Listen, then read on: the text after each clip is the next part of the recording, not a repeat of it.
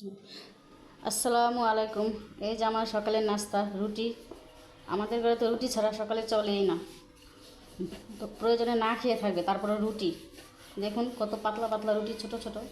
এরকম করে রুটি বানাতে বিরক্ত লাগে না প্রতিদিন? কত পাতলা রুটি, বুঝেছেন? এরকম করে রুটিগুলো প্রতিদিনই বানাতে।